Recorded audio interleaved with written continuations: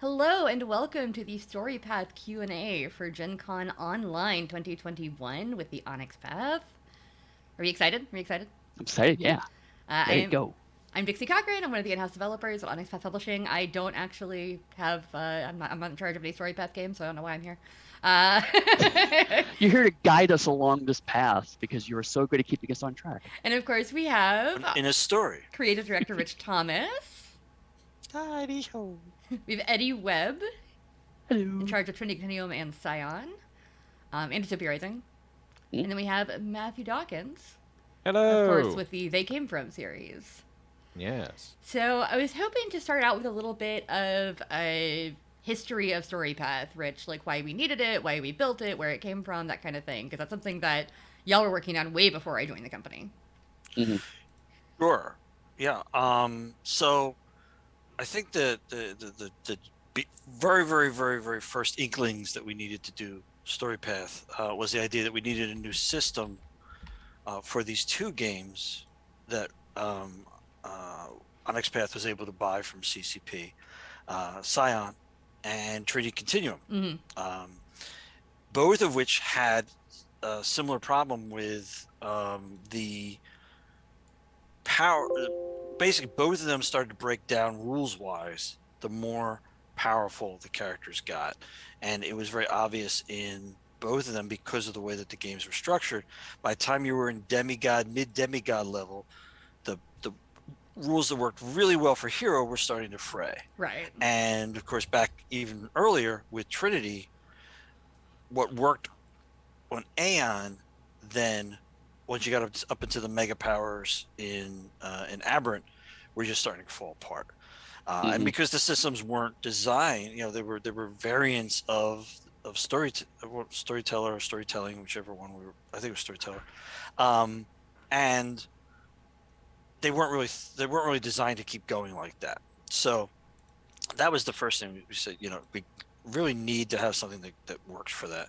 And I think the thing that I was saying to our people who were working on it at the time, and again, we didn't have a team that was just working on the rules at that time. We had the Scion team, Right. and said, "Hey," it was Joe Carricker and a bunch of other folks, including a young upstart named Neil. And we said, "Hey, what we need here is something that you can play a guy in the street, which would be Scion Origin level or regular person in Trinity Continuum, all the way through to an aberrant, like an upper level aberrant. Maybe not all the way through to Divis Mal, who has some extraordinary powers, but And arms. and many arms. But to a level that this system would not break down. It would all work together. So that was the Right. first thing. And really, we decided, we want to. My feeling was that it was best not to create an entirely new thing, not to do 2-die-6 or whatever. I don't. I'm trying to find a combination that nobody's using, and there's so many different- 7D12. Yeah. 5D4. There is a D12. I saw a game from someone who's doing it all with D12s. 43 D100s. But also the concept of the dice pool, and I really like the dice pool concept. I think it's a very tactile way to play it. Yeah, I find it super satisfying to roll a bunch of dice. Like, it's just fun. And make and this die is good, and this die is good, and this die is good. So, want to keep all that, and I also think that the dice pool systems have a flexibility that was shown way back in the day with Storyteller of enabling more story-oriented sort of things. They can be used in those things a lot more smoothly than trying to roll at a target number on a single die. So put that all together. Team starts working on it. We played around with a lot of iterations. So I mean, the team was continuing to work on it. If we had known that, like, we had a developer working for us who was actually a mathematician, that would have been really helpful. At least I didn't know that.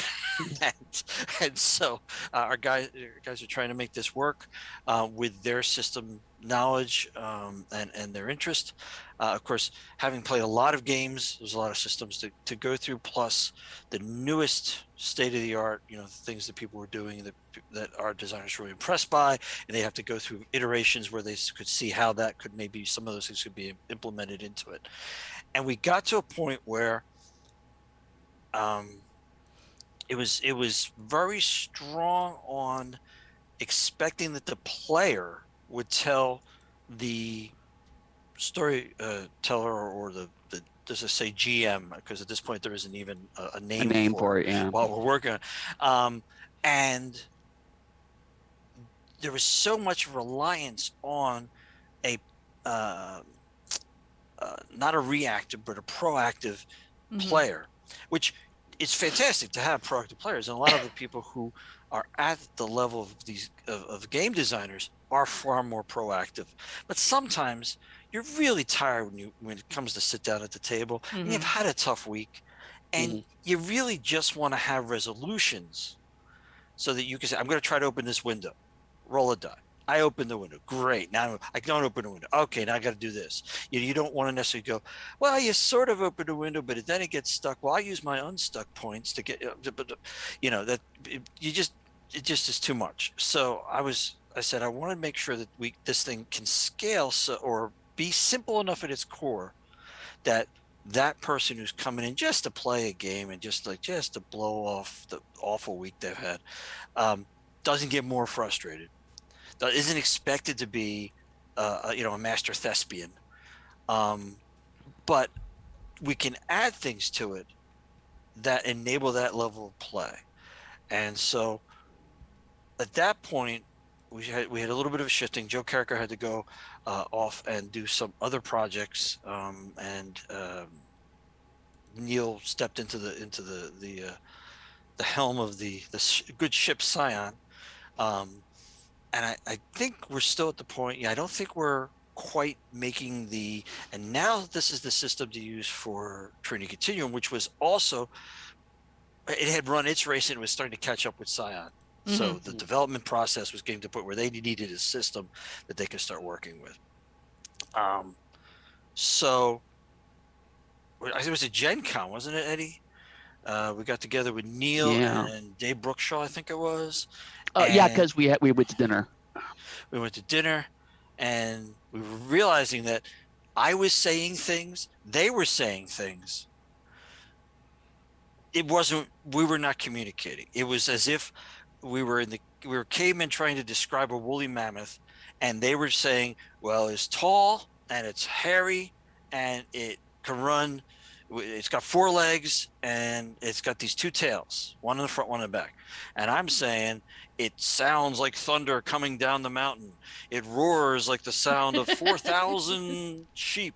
We were both describing. I've been in meetings like that even recently, where it's like after 5 minutes of frustration, it's like, no, we're saying the same thing. We're just saying it completely differently. I don't know why. That was exactly it. Stop agreeing with me.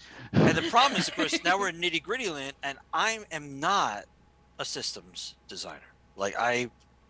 I knew we had to make these changes because I had played them and because I had been observing how people played those games, their comments on the forums, so many comments on the forums about, in particular, why can't I just, why in Scion can't I throw anything?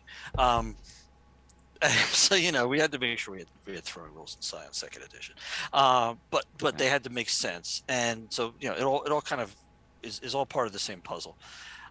And finally, we got to the point where the way to make it work was I would tell Eddie what I was thinking about, what I was concerned about.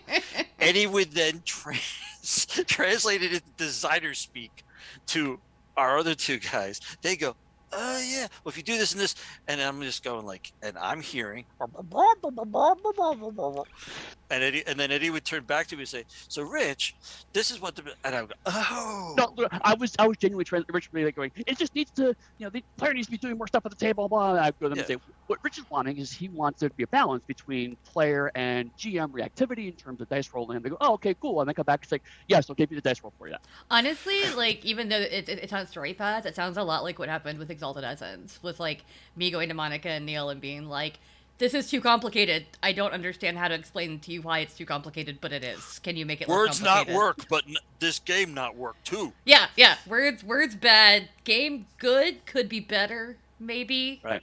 Well, and I think that's what it is. I'm sitting here with the player experience and with the storyteller experience that I have absorbed all through the years of listening to people when they talk about it, and also doing it myself. And they're neck deep in, but if we put this over here, then that will imbalance this, and so right. we just were, so it was fantastic that we could do that, and from that point I think we came to the example, right, Eddie? Like we finally pinned them down, and then this was at a party afterwards, pinned them down on an example, and the whole deal was with Storypath. What we were aiming at, everybody was aiming at, was I want to break into this office and there's a locked door. Mm-hmm. I use blah blah and blah blah. Is this literally where we got that like example that we use in every single Storypath game from? I love this. All right. This is the example that we could agree on, and great. we both sides could understand what the example meant. All right. So what we want is the ability to have somebody do the correct roll of the two things, add them up, roll that many dice, get the success, and know that if you get a success, it works. Okay, so people need to play that way. That's cool. If you don't get a success, it doesn't work. You can't get in. Okay, now I have to break it down, or I have to go through the window, or whatever. Then said what we want to add to that experience is the ability for the player to be able to say to the GM, I know I rolled and I didn't succeed in the roll, but what if I did? The door is now unlocked, but there's a complication that I don't know about. The silent alarm goes off. Okay, that provides. The GM can now run with the story of now. How long is it going to take before the guards start coming in on these guys? So build some suspense. Maybe they hear something down the hallway. So now they're like, what? Oh, wait a minute. Are we detected? Something's going on. And vice versa. If it's a I did succeed at it. What else does that mean if I do really well? Because I think that's one of the things that people were a little frustrated with back in the day with Storyteller was, I rolled 17 successes. Right? Yeah. So you open the door. Good job. Right. Yeah, like if I roll 17 successes to punch a guy, I want to punch through a guy. Like I don't want to just punch him. Like, come on. Or I open a door and it's filled with gold. Also, I've like always had storytellers, GMs, whatever you want to call them, like actually like they kind of did that, even though the system didn't support it. But it's cool to actually have a system that supports it, Right. Mm-hmm. So really, once we got to that, then everything else was okay. What else is appropriate for each of the game lines? As we move forward, we made the decision that we weren't going to try to enforce a strict, standardized, this is Storypath for each of the game lines we were working on.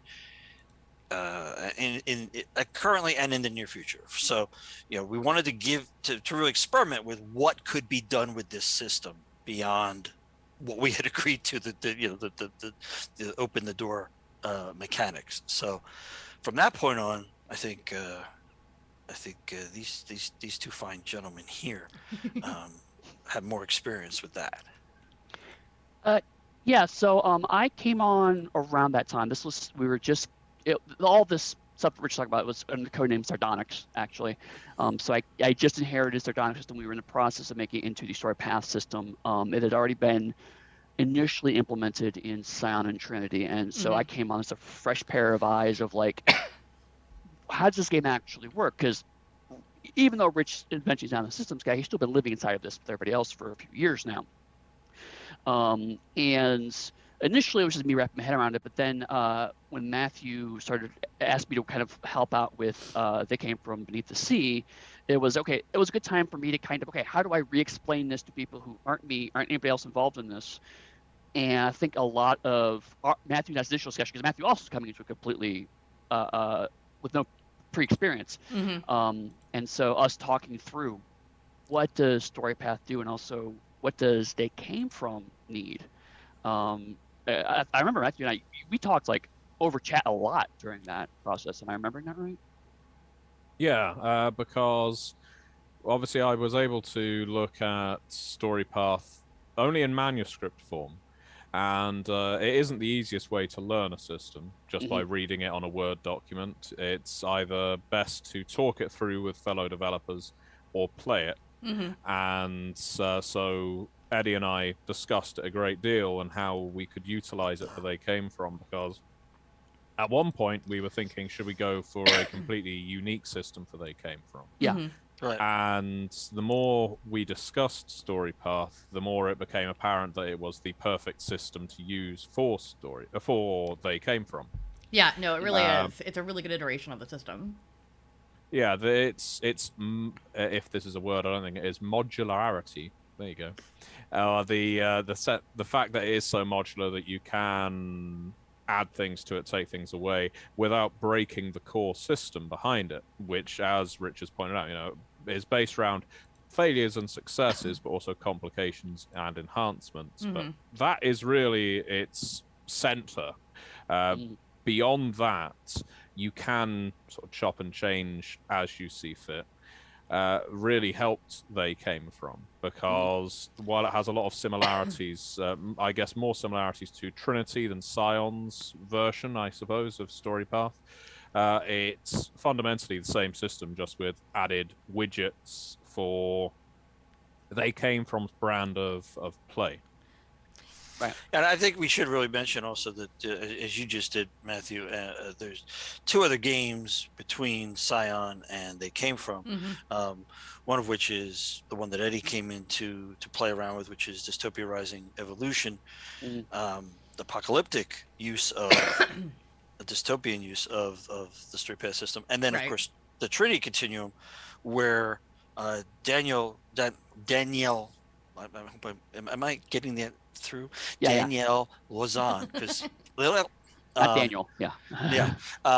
D. D's fine. No. I'm fully aware of who they are. It's just that as soon as I said it, I went right. I'm rolling into that L the wrong way. So again, we have Ian, who is the great grand poobah of the Trinity Continuum, has kept the flame alive for that, even in the interregnum, during which we were not doing anything with it. Has the content knowledge, the content lead of all that, but is not a systems person either. And the game really needed someone to look at what was being done with Scion and say, okay, how do we do this with Trinity? And Danielle really took the system, hit it with sticks, and figured out exactly how it works and doesn't work, and how it could work, and what else you could do with it, and how you could simplify this and enhance that. And it was just, she wrote a lot of successes. Yeah, I had a weird experience with Storypath that actually some of y'all might not even realize. Is that y'all are saying that you came into it after Trinity and Scion had pretty much been made, right? Like, I came into it way before that because I edited Scion and Trinity. So before I was full-time, I read every single Storypath book that came out, and then I joined the team. I think I was wrapping up Trinity when I joined the team. I think that was the last project I got paid for separately outside of my developer Sounds pay. Right. And then so I was able to kind of know enough from reading those 4 books to be like, oh, I see what you're doing here. But also, I don't digest systems that well, so I also didn't know that much. And it's kind of this weird, halfway point where, I get Scion. It was the first Storypath game I read. But then I can see where Dystopia Rising and They Came From really, iterated on it. And even newer Trinity books have really done some cool things with the system that I love. And I I love an evolving system like that. Like, it is very much the, first edition-ish of our Storypath system. And Right. going through and, like, seeing, like, what works, what doesn't, what we can cut, what we can add, I think is really useful for future books as well. I mean, lots and lots of people play tested it. It Oh, wasn't, yeah. we just didn't throw it out there. But by the time we went with, we need to get this into Scion. We need to get these books delivered as promised. We need this into Trinity. The proof is always in how does it play in 500 different games across the world. Right. And that's when you get real wild and interesting versions of it, or rules interpretations, something that makes total sense to the entire team and anyone that they're working with, because they've probably explained in a brief, here's how to play this, will be played entirely different way by somebody who has read the rule a different way, different slant, or from past experiences. We have a bunch of people who had trouble with the Storypath system to begin with because they were coming from the Storyteller system. It's a dice pool system, but it's not the same. There are variations to it that are uniquely Storypath, and yet they were attempting to do it as if they're playing their werewolf game or whatever. So I do want to say, as we're chatting, if anybody has any questions, please feel free to put them in the chat. To preface with the word question, this is a Storypath Q&A. So in the next 38 minutes that we have, feel free to ask us some Q's that we can A. Hey. Oh no, what was that? You started this. I'm not moderating this anymore. I'm leaving. Fonzie, I'm out of here. Is there anything else about the... This panel's jumped the shark. It really has. Is there anything else about which you can do with Storypath System, by the way, if there's a complication of shark. And leather jacket, well... Is there anything else about the kind of, like, early iterations that y'all want to talk about before we get into the more modern ones, I guess? I think it was a pretty rapid movement forward at that point. I mean, the individual tweaks that Eddie did for Dystopia Rising and that Matthew did for They Came From, could maybe be interesting to hear about. Yeah, Eddie? I know. So it was kind of a weird boat because I wrote the system design chapter for They Came From first before I rolled into Dystopia Rising. But Dystopia Rising was designed first because there was some iteration back and forth. Long story short, just production schedule, that's how it came out. Right. So I remember very clearly Matthew and I chatting about Storypath, and that's when we kind of stumbled on the idea of spending successes, turning successes into a currency you could spend. Because I think we were both struggling with, okay, you beat difficulty, but then you have stunts, and how does that kind of all tie together? And then when I think it was me kind of stumbled on the whole, you generate pool successes and you start spending them as you want to. Because we were getting into things like, can I overcome the complication, not buy off the difficulty? Questions. And it looks like, there's some interesting stuff here we can do. So a lot of things kind of snapped into place. And then when I did Dystopia Rising, lots of talks with Danielle, because I felt like DRE was going to be closer to Trinity in spirit than to Scion, or They Came From. So I was like, well, let's use kind of Trinity as the base and build out from there. And I started saying, okay, so I'm seeing X, Y. Can we put these for crafting? There was some making of high-tech things that happened in DRE. I was like, can I use this as a basis to scrap and build new things? Because for a post-apocalyptic game, it's like, kitting out your car with spikes and guns and stuff is very much kind of a post-apocalyptic thing I should be able to do. And I was like, so I think this is how this works. And I remember chatting with Danielle and Neil even, and there's lots of the kind of, oh yeah, no, that's totally how it is. You can almost hear in the background them like rewriting stuff quickly. Like, oh, I'm gonna take that. But I think that stealing. Right, but again, it's someone who's coming in relatively fresh and going, if you put these pieces together, you can get this, and they just not realizing that those pieces fit together in that way. And I think Matthew, am I right? You had a similar experience with They Came From. Yeah, I mean, I don't have much to add to that. Well, no, you're completely right. I think what I found easiest with adapting Storypath to They Came From was in the sense of things like changing dramatic editing from Trinity to directorial control in They Came From. There wasn't a great deal of difference between the two, except from a narrative perspective. Then it came to things like adding quips to They Came From, which is ultimately just a simple modifier. When you look at it system-wise, all it is modifying your dice roll, but putting a funky little narrative device in front of it to make it a fun modifier.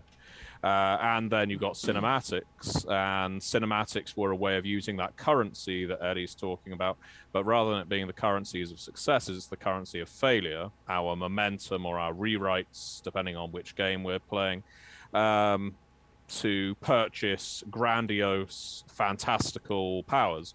None of these modules, and I'll keep using that word because I'm apparently in 2014, none of these modules... They're the steading of the hill giant, chief. Yeah. What was it they used to say about? I think it was modules on mobile phones, wasn't it? No. Either way, you could add them to Storypath and nothing would break because the center of the system was so strong, and that meant you could cut away things, you could add things, and it made They Came From feel distinct, but familiar enough that someone who has played Trinity or Dystopia Rising Evolution, which I still maintain is next to They Came From, it's my favorite of the Storypath games. I just think it's fantastically written from a reader's perspective. That's my view, and I think that each way each game presents Storypath is really interesting and gives flavor via system. And that's not an easy thing to do. It's something I know we've said a lot that our off-time colleague Rose Bailey is a very strong advocate of and a real powerhouse behind turning system into a narrative tool, making the system feel like a part of the game and not just a system on top of the game that you have to use to make things happen.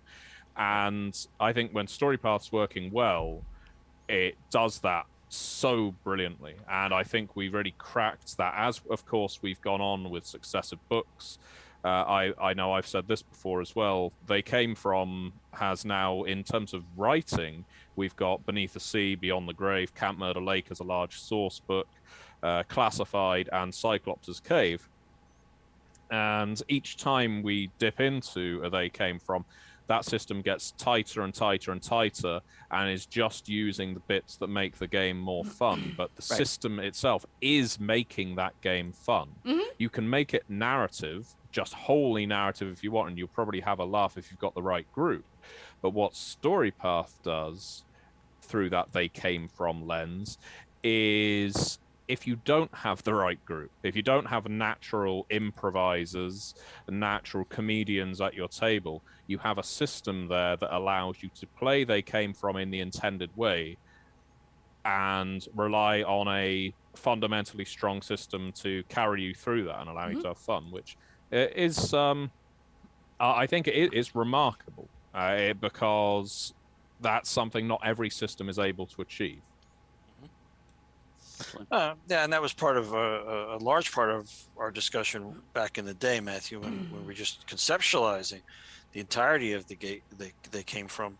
The fact was just they came from beneath the sea at that point. Yeah. And how do you structure funny into your thing? You know. Well, so the cards and the quips and the cinematics and stuff like that are being presented for you in that module that connects to Storypath. It really makes it very easy to have something funny happen because you're throwing down. If you're not necessarily thinking of it like I said, I'm tired, I don't want to be funny, I just want to fight some shark people.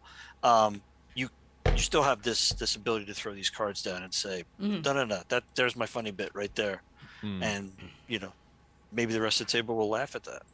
Yeah, to expand on that a little for anyone who is unaware, obviously when we first came to They Came From Beneath the Sea as a Storypath game, the big challenge was thinking, well, one, comedy games historically have never been terribly successful because it's very difficult to prescribe funny and to expect everyone at the table to be mutually hilarious. But also, we Comedy is therefore, hard. we needed a method, a tool by which to allow people to be funny who didn't naturally have comedic talent. Mhm. And again, you've got that central hub of Storypath, you've got the quips, you've got the cinematics, you've got the flavor text within the book as well, of course. And it's that, you know, this isn't unique to Storypath. I don't want anyone to think that we're so much blowing our own trumpets that we are ignoring every other We're system out so there. brilliant. If we're blowing But anything, it's No one's farty done horns, right? anything like this ever. We don't. But it's We don't blow but- trumpets. Just farty horns. But when I look at complications and enhancements, iterations of which exist in systems all the way from Fate to Savage Worlds, you can carry on farting at me. I'll keep talking. Don't you worry. I've been distracted by better than you. but then you've got what I call gimmick systems, and that's not necessarily a bad thing, where they are systems used to evoke a certain tone. And we have these in each of our Storypath games to different extents that they allow a certain kind of play. Even at its most basic, stunts can be that in Scion, all the way through to They Came From, which has its quips and cinematics, which add on. And if you want to look at games outside of the Storypath realm, again, as I say, this isn't unique. This is why in Vampire you have humanity or blood or hunger. That's the thing that makes the game horrific. Everything else is your core system. Then you have the thing that makes it Vampire. In Call of Cthulhu, for better or worse, you have sanity. And that is what makes people feel like they're playing Call of Cthulhu and not just a game using the basic role-playing system. And so in our Storypath games, we have these little flavor gimmicks that work completely with the system, that have gone through numerous iterations at this point to get more and more functional. And it allows me as a story guide or as a director or whatever the GM is being called in any given game, to be able to play it, well, run it, and immediately be able to access the flavor of the game without having to be creative or without having to be incredibly creative, because the system is doing the work for me. And that's, you know, again, that is a very good thing for any game where the system is doing the work for you rather than you are having to bend over backwards to utilize a system you don't understand. Yeah, exactly. Which is part of why Storypath is so great. Yeah. We have had a few questions. So let me try to get a few of these. A couple of them We get letters. Ian has every day. answered in the text, but I still want to do them here because some people are People listening. aren't reading the chat, yeah. Yeah. So Lord Zeddy has asked if any VTT support was planned. We do have a few on Astral, but they were wondering if we were going to expand to the Foundry or anything else, or where else we're going to put VTT products. Yes. All right. Just all of that. Yeah, no, we are definitely, we've been talking a lot, especially in post-2020 world, about expanding our VTT offerings. Yeah, I mean, it's certainly something we learned during sequestering and everybody, staying home and playing online, is how, this is what we believed coming into it, but it was really proven during that time period that more and more people are enjoying gaming online, and they need the proper tools to do that with. We are working with different people to do various game lines on Astro. Of course, people are seeing the results of that already. Roll20, Foundry, and Fantasy Grounds. So with all that going on, I couldn't tell you which one is going to come first, so I'm not going to tell you what game lines or things like that. But obviously, the ones that we own, we're not working on things that other people have ownership over, because that's not ours to do. Yeah. Yep.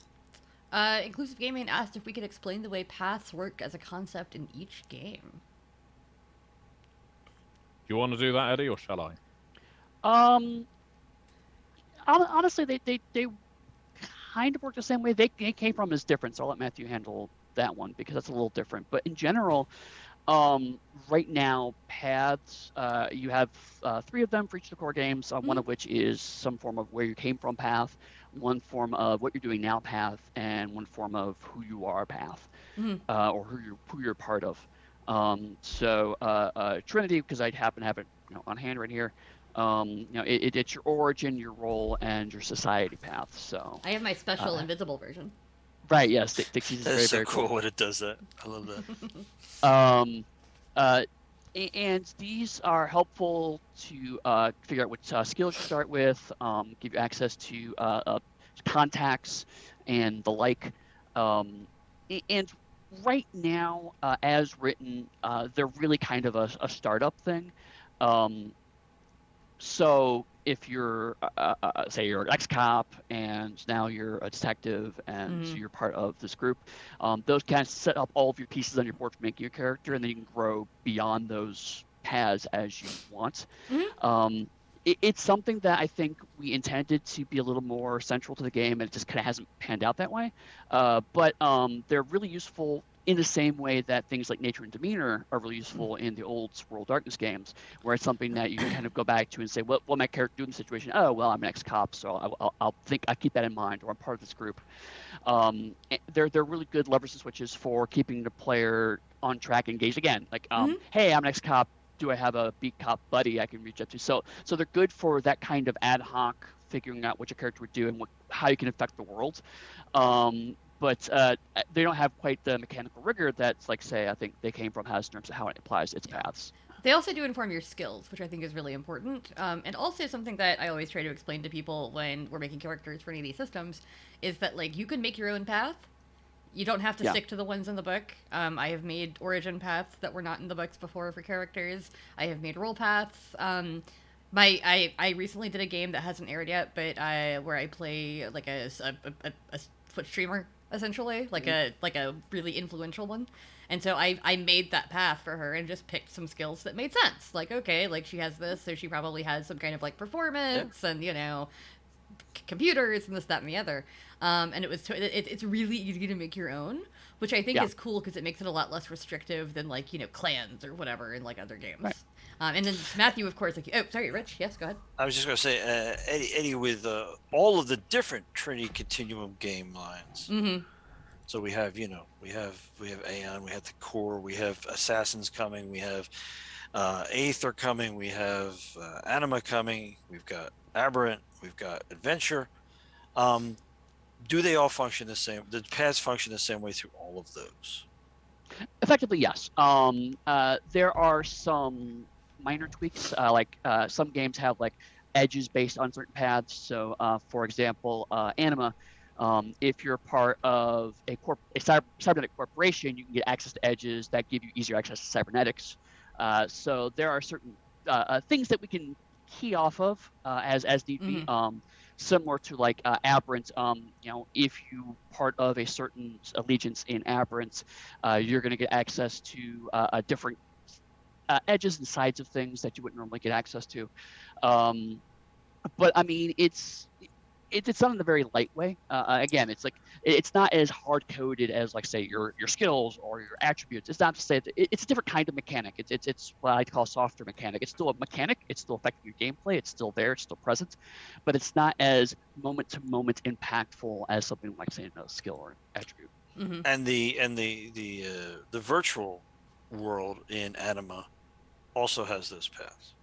Yes, but those are completely different. You're right, because the MMO stuff is a modified version of Storypath System. So those, it's like your paths are a little more kind of hard coded because like you're the warrior, you're this people, But then that's to represent more of the video game logic of you pick your 3 things on the character creation screen, you slap them together, and you roll out your character, and you start playing. Yeah, exactly.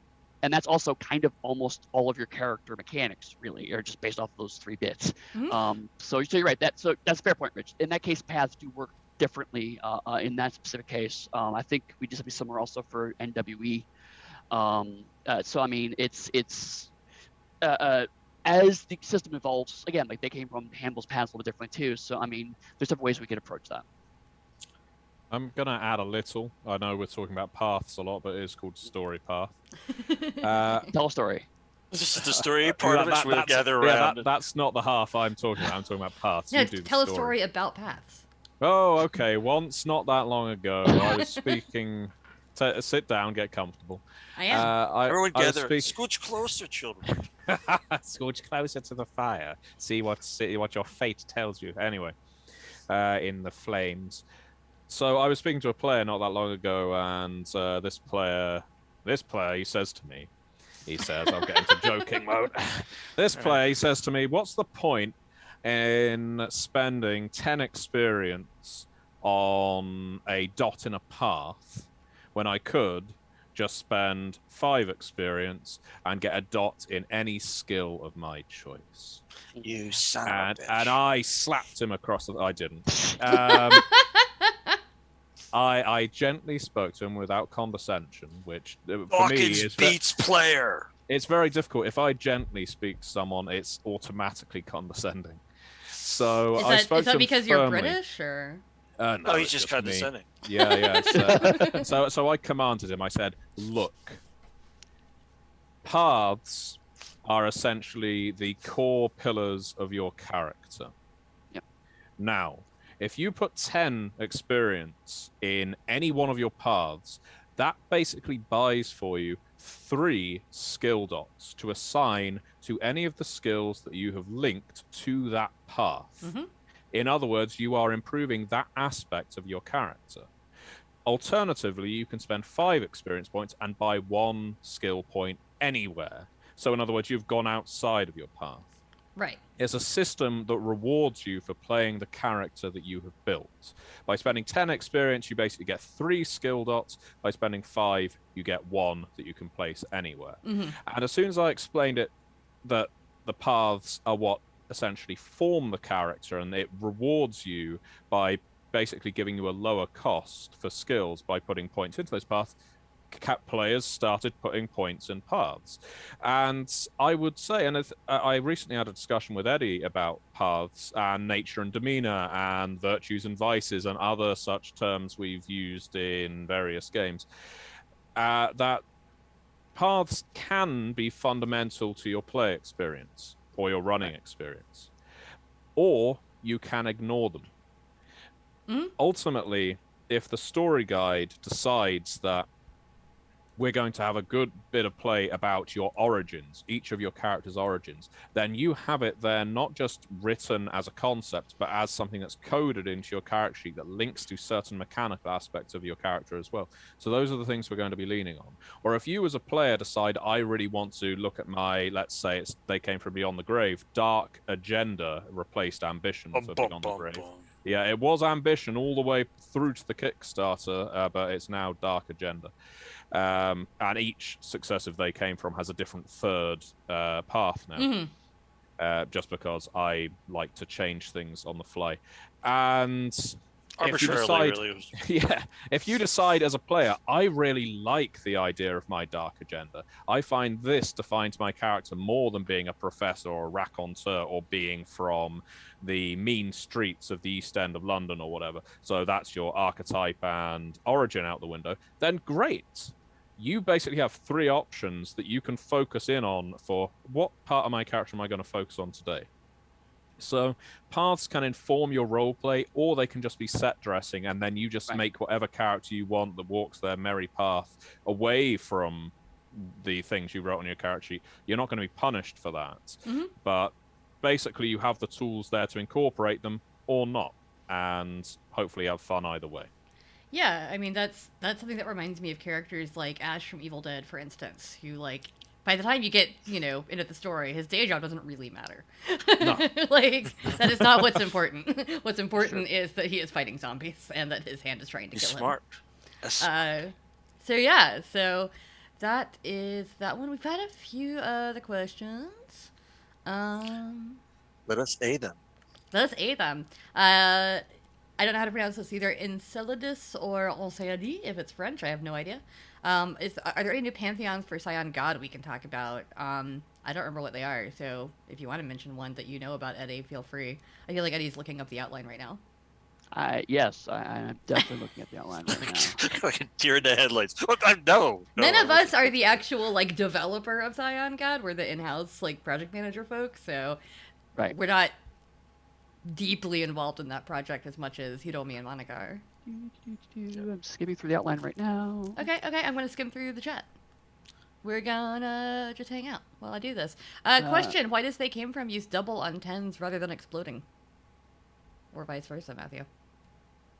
I can't remember if this was an Eddie decision or a Matthew decision, because Eddie wrote the system chapter for Beneath the Sea.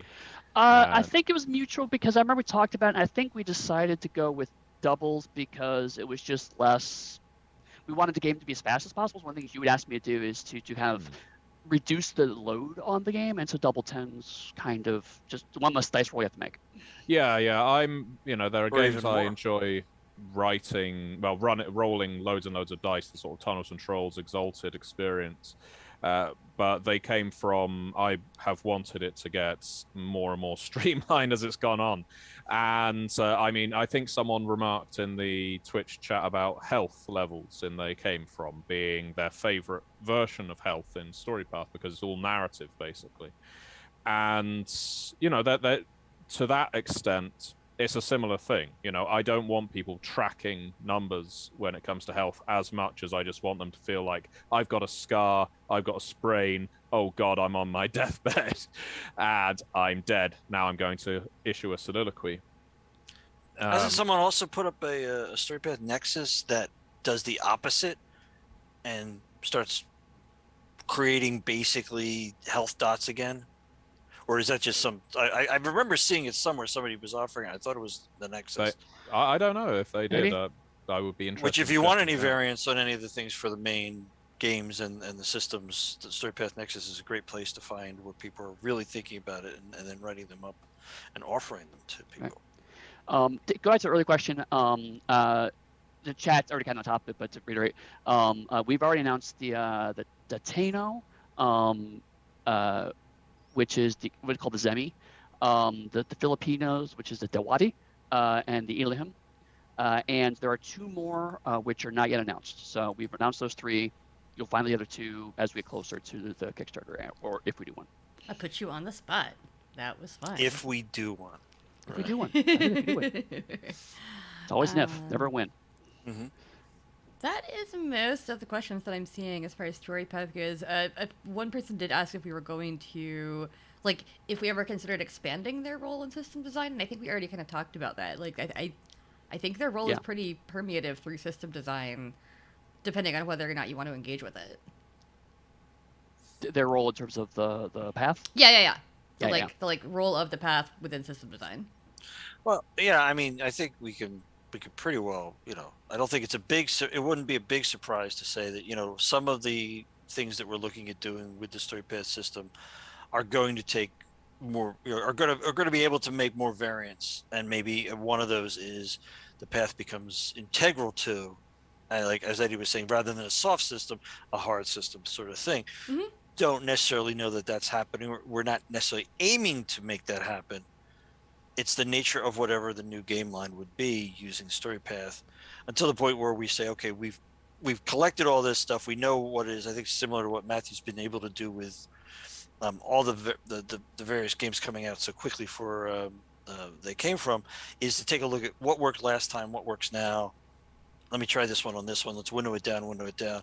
At some point, we're going to come back on and look at what is the current version of Storypath and see how what games that could be connected to.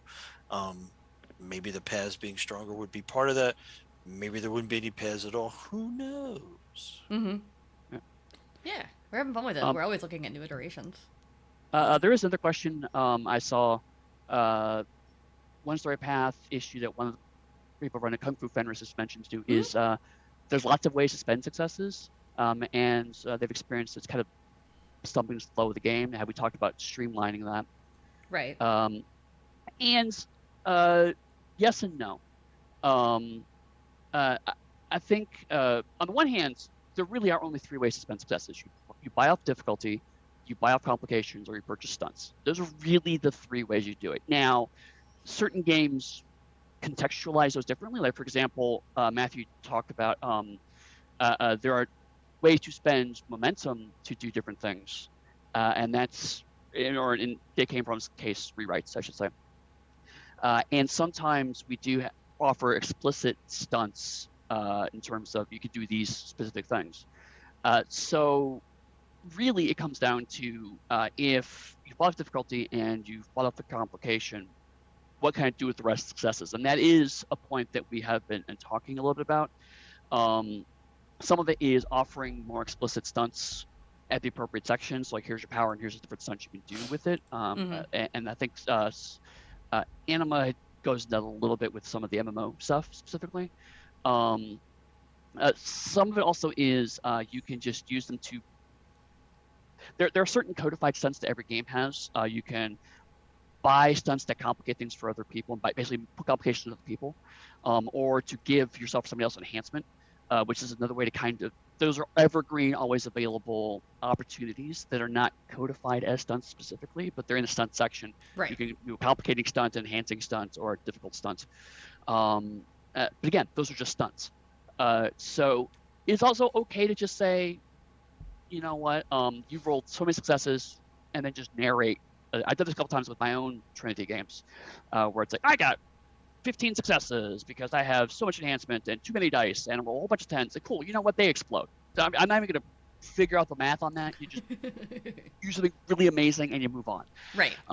So you can just use them as a kind of a unit of super success. But we have been looking into ways to not necessarily simplify that, but to clarify the actual options available to you.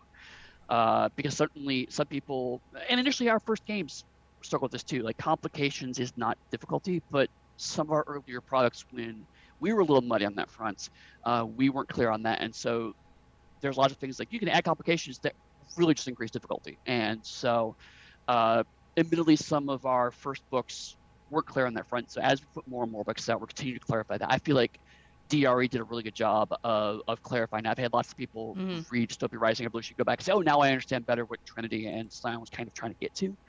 It's almost like every time we do a new iteration of it, it gets a little better. Yeah, right. But to your point, Kung Fu Fenris, you mentioned shopping list hesitation. I think that's a valid concern. It's okay, here's so many things I could do, I'm not sure what to pick. Right. But one thing that can help also is, as story guide, you know the things that are going on. You can say, hey, well, maybe you can spend 2 points for this, or you can also proactively spend for players that are hesitant. I've done that again in some of my games where I'm like, you spent 3 points about difficulties. Do you want to spend a point about complication? Cool. You have 2 left. You could use it to, deactivate the alarm, or you can use it to find a different file, or I can just throw you some clues. Offering them a few options can help them to maybe reduce their hesitation as well. So that's another way to kind of at the table streamline that. One method I use is I have kind of broken Storypath down into tiers of complexity. And so when I run a one shot or a first campaign of a Storypath game, I will tend to do it so that the aforementioned successes buying off things only buy off difficulty and complications. I don't use stunts at all. I kind of put them at mid-tier. And then when I come back for a second session, I will start using stunts, or I'll start introducing them. And if it's They Came From, we will then start using tropes and trademarks after that. And the first things I'll introduce on a They Came From game, next to the normal successes, complications, are the cinematics and quips. I think every one of the Storypath games has, a fundamental core to it. But beyond that, you can strip things out, and again, it doesn't break the system. Correct. Different groups are going to be more comfortable with learning an array of new widgets sooner than others. So layering these things in isn't a bad way to go. Certainly I find it successful. So for instance, we're running games for GenCon this year. And I'll be doing They Came From Beyond the Grave tomorrow. And I probably, knowing that it's a new At what player time, group, Matthew? That will be at 4 p.m. EDT, I guess. You're Yeah. still on Yes. EDT? We're still Yeah. daytime. And also, daylight. just so anybody knows, we talked about the 2 games we're running for Gen Con online. They're not going to be on our Twitch channel. These are going to be streamed in our Discord under the Gen Con online handle. You're welcome to watch like Eddie's anime game in about an hour today. Yep.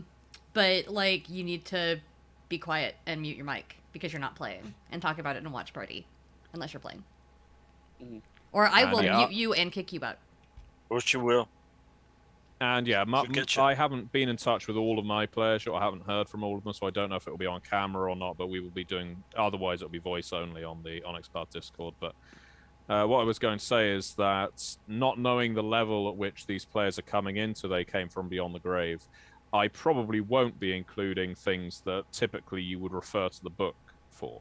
Mm-hmm. You know, cinematics and quips, they're very easy for me to, hell, I can take screenshots from the PDF and post them on the Discord to say, these are your cards. These are the ones that you Look can how reference. that guy screwed up those cards. that layout artist, what a schmuck. And, oh, Rich, hi. But yeah, I will probably dial it back a little. But if I've got a regular gaming group that's playing Beyond the Grave, and I've currently got a regular gaming group playing Classified, we're using all of the tools available from Classified because they're very comfortable with the system at this point.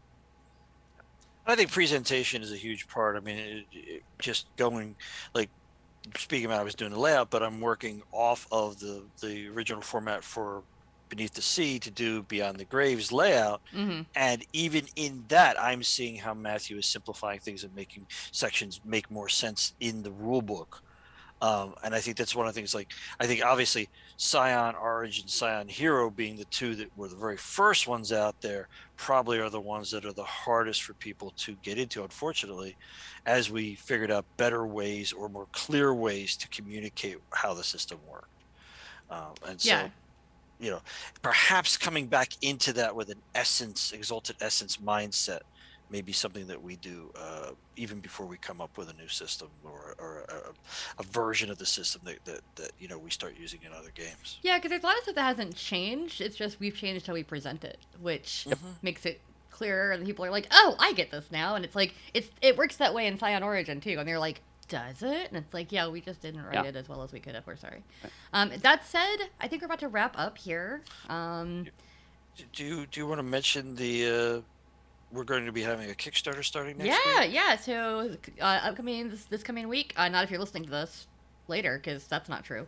We're gonna have our Werewolf the Apocalyptic Record. It's our 20th anniversary edition. It's kind of similar to like a Beckett's Jihad Diary but it's for Werewolf 20. Very, very excited about that. Very, very excited. And you can we have sign a up Kickstarter now. pre-Kickstarter page you can sign up for, and that will give you an alert letting you know that the Kickstarter has come live. And I think Dixie might have that link in the chat somewhere, or will. Nightbot has it. There it goes. Thanks. There it goes. Look at you. Thank Actually, you. that was just Ian. Thanks, Ian. Yeah, thank you. Good job, because I don't have the link. And Ian also, bot. yeah. We've also got some upcoming Trinity games that we haven't gotten to preview too much yet between Anima and Aether. If you are interested in Anima, I do recommend watching Eddie's GenCon game. But like I said, quietly, shush, Yes. be quiet. And I will probably be in the chat for that too, just to, like I said, kick people out or mute them if they don't mute themselves, because I'm mean. And also talk shit. Yeah. Yeah. I'll be quiet too. No, I mean like in chat. Oh yeah. Eddie, that said, where can people find you, follow you if they want to ask you more questions about this stuff? I know that you're not doing too much right now. Yeah, I mean, you could follow me, get more news about what I'm doing at Pugsteady on Twitter. You can also go to my website at pugsteady.com, and also just hang out in the usual Onyx Path spaces. It's going to be the best place to find out where I'm doing lately. Yeah, honestly, the Discord's a great place to find all of us. Matthew, What about you? They can find me on MatthewDawkins.com. They can find me on Twitter at DawkinsMP. And as mentioned, the Onyx Path Discord is always an excellent place to find me. I don't mind as long as you don't abuse the button. You can tag me if you have a question regarding any of the games I'm working on. especially as pertains to They Came From or recent releases like Mummy the Curse 2nd Edition, which Yeah. only went on sale this week and can be purchased on Drive for RPG and PDF and print on demand. That and Deviant the Renegades, which we'll probably hear more about in tomorrow's What's Up with Onyx Path panel. You're going to hear more about our recent absolutely. releases. And Rich, if you want to harass you, or I see you've gotten your accessory out. I'm ready. So I'm ready to ring us out. Rich T at theonyxpath.com. You can find me at Dixie Cyanide everywhere. I'm easy to find. And should I just say the thing? Many worlds, one path. Pathcast.